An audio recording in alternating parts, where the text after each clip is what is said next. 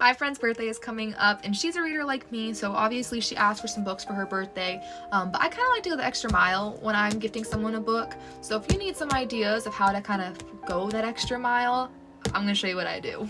The first thing I do is definitely not necessary, but I like to bedazzle the book before I give it to her. I mean, this is literally just the title, but you can also do the spine, because I know that most people, I mean, they have their books displayed with the spine out, right? Not everybody can display it like this. So the spine is a really fun thing to do, especially because it's a solid, most of the times it's a solid color, so it's easier. But yeah, so I like to bedazzle it. And again, this part is not necessary at all. Also, I love that she requested this because I've been begging her to read this series for so long. I love the Off-Campus series. So I'm getting her this one and the second one, and I haven't bedazzled the second one yet. But the first thing I like to do is bedazzle it. This is just what I use. It comes with all your gems, really pretty, somewhere to put them, and like a little sticky thingy. It also obviously comes with a glue and then like a sealant to make sure the gems don't fall off. If you're trying to find somewhere to buy a set, TikTok Shop has some pretty good ones, so I would check there first. The next things are the items that I put in the blind dates of the books that I physically buy from stores, and I usually go to Walmart for all of it. My blind dates of the books, they're usually half store-bought items and half like DIY things that I've made myself. So here's kind of what I got. Again, everything that I got was from Walmart. I got 2 face masks. I think they're both around $2. No matter who it is, most everybody loves hot chocolate, so I usually get some fun flavors of packets, and these are both like 80 cents. I like to do jewelry. I think that's a cool thing to put in. And again, Walmart has some necklaces for like $4.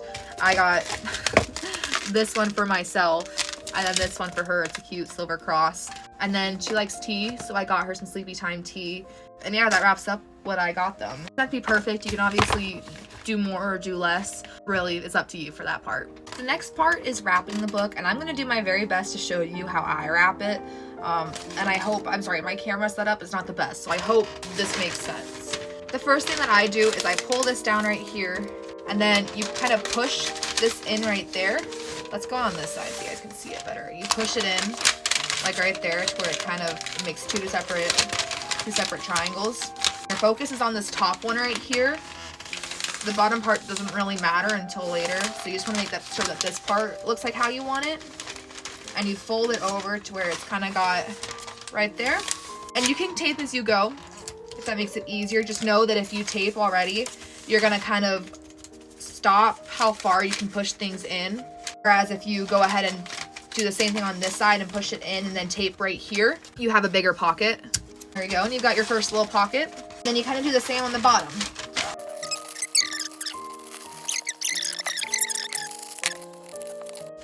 And now you've got your little blind date with the book.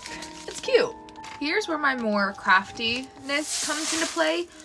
So if you're looking for ideas that aren't going out and buying things, here's some ideas. I'm now going to make some friendship bracelets to put in there. She loves Boys of Tommen, so I plan to do Lynch 6 and Kavanaugh 13 on bracelets, but then again, out of the hopes that she loves this book so much, I'm also gonna do Garrett Graham. I don't know what his number is.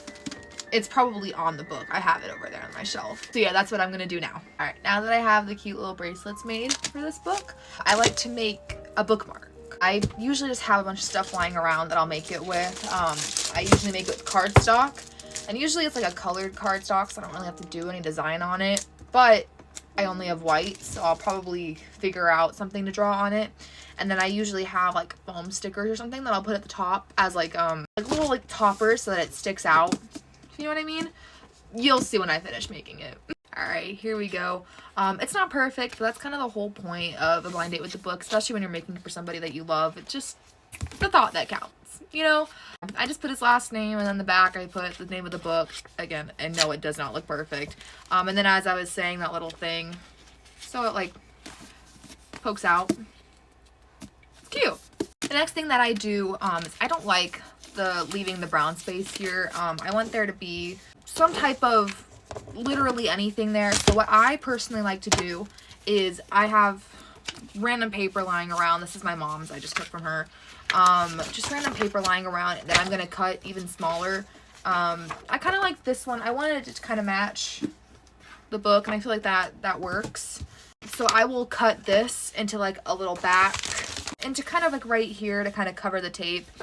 I'll show you what I mean. I did change my mind on the paper that I wanted to use, but this is kind of what I mean with how I cover in the brown space. I do like to put a little white paper here because you can write like whatever, a little message. Like I'm probably gonna write happy birthday, but you can write the tropes, you can write a quote, kind of write whatever you want, because you now have this area, or you can just use a different design. They're like the same color, one big piece, whatever you kind of feel. But yeah, that's what I do. This is probably the most fun part, and that's to fill it all up. You don't really need much help or instruction for it, but I like to put the biggest things in the back, kind of keep them sticking out a little bit still.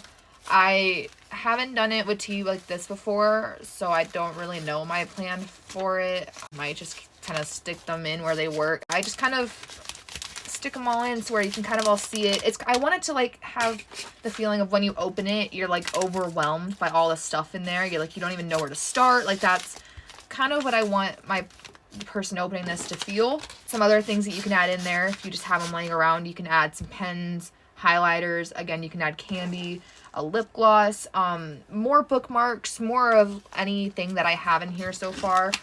I think that's all I'm going to add right now. I'm sure I'll think of more things to add in the time being, but this is what I'm going to add so far. There's still more that I like to do though. Now, I don't expect you to have as many as I do because I kind of collect them and I buy them myself, but I like to add stickers onto my thing because it helps, again, fill in the space. It's another cool thing for whoever's opening this to get.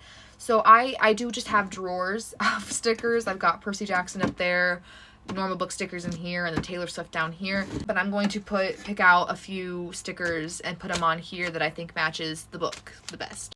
I kind of want to put ACOTAR stickers on it just to convince her to read that series next.